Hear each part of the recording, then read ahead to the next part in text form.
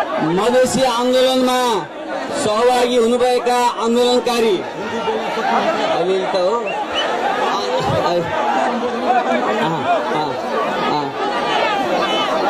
आंदोलनकारी साथीहरू यहाँ उपस्थित हुए संपूर्ण मधेसी आंदोलन के सहयोद्धा साथियों के मैं अपनी तरफ से हार्दिक अभिवादन करता हूँ।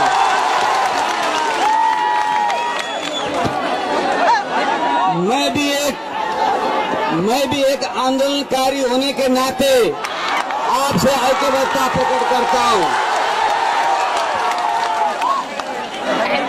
मैं आज यहाँ कोई बड़ा नेता के हैसियत में उपस्थित नहीं हुआ हूँ। मैं एक आम नागरिक की हैसियत में मैं आपके सामने उपस्थित हुआ हूँ। मैं आपसे सबसे पहले क्षमा याचना करना चाहता हूँ। 1.5 महीने से तराई मधेश में जो आंदोलन हुआ है, बंद हुआ है, लोग को इतने परेशानी हो रहा है और काठमांडू के शासक वर्ग चैन से सो रहे हैं। इसलिए मैं आपकी आवाज यहाँ आज सुन के काठमांडू और सिंह दरबार में जो लोग सोए हैं, बालुवाटार में सोए हैं, उनको जगाने के लिए मैं यहाँ आया हूँ। मैं क्षमा याचना करता हूँ क्योंकि काठमांडू और पहाड़ के शासक वर्गों ने इतने सालों तक जो मधेश से ज्यादती किया, इसीलिए आप में बहुत ज्यादा आक्रोश है, वो होता है। मैं जानता हूँ, मैं भी एक आंदोलनकारी हूँ, एक क्रांतिकारी हूँ। 10 साल तक जनयुद्ध का नेतृत्व किया था, इसीलिए कोई भी क्रांति और आंदोलन इतना सहज नहीं होता है। इसीलिए वहाँ आवेग आता है, कभी कभी नियम तोड़े जाते हैं। तो आपका जो आक्रोश है मैं वो समझता हूँ। मैं आपसे ये निवेदन करता हूँ, ये समय आवेग तो होता ही है क्योंकि 1.5 महीने तक आप इतना बड़ा आंदोलन कर रहा है और यहाँ के शासक वर्ग कुछ सुन नहीं रहे हैं, इसीलिए आक्रोश आना बिल्कुल जायज है। मैं उसको सलाम करता हूँ। फिर भी मैं आपसे निवेदन करूंगा,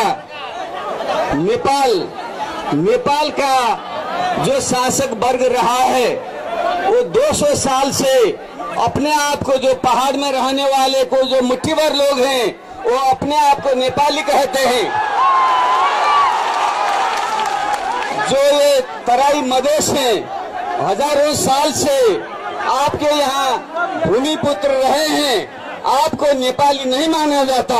ये समस्या का जड़ यही है। इसीलिए हमने जो माओवादी जनयुद्ध हुआ था, उस समय हमने उठाए थे जो तराई मधेश के, जो यहाँ के आदिवासी भूमिपुत्र मधेसी लोग हैं, उनको अपने पहचान, सम्मान और प्रतिनिधित्व मिलना चाहिए। इसीलिए हमने काठमांडू में हर जगह पे हमने नारे लिखवाए थे, गर्व से कहूँ हम मधेसी छी, भगोड़ा नहीं धरती पुत्र छी, ये हमने लिखवाए थे। तब से ही मधेश आंदोलन ने इतना रूप लिया था और उससे पहले गजेंद्र नारायण सिंह जी लगायत के लोगों ने संहिता के मांग उठाए थे। फिर भी माओवादी जनयुद्ध के क्रम में ये उठा।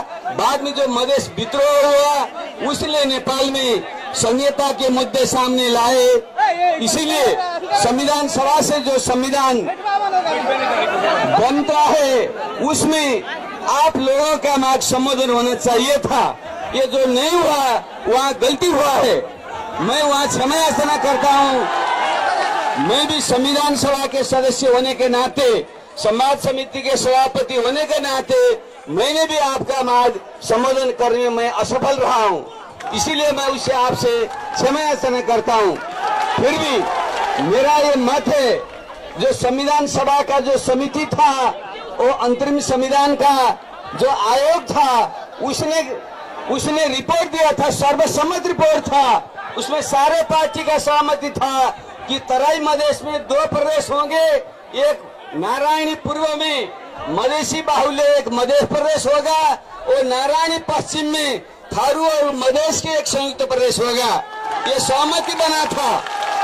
फिर भी कुछ लोगों ने जो अत्यंत अहंकार से पीड़ित हैं उन्होंने ये नहीं माना, इसीलिए समस्या वहां से शुरू हुआ।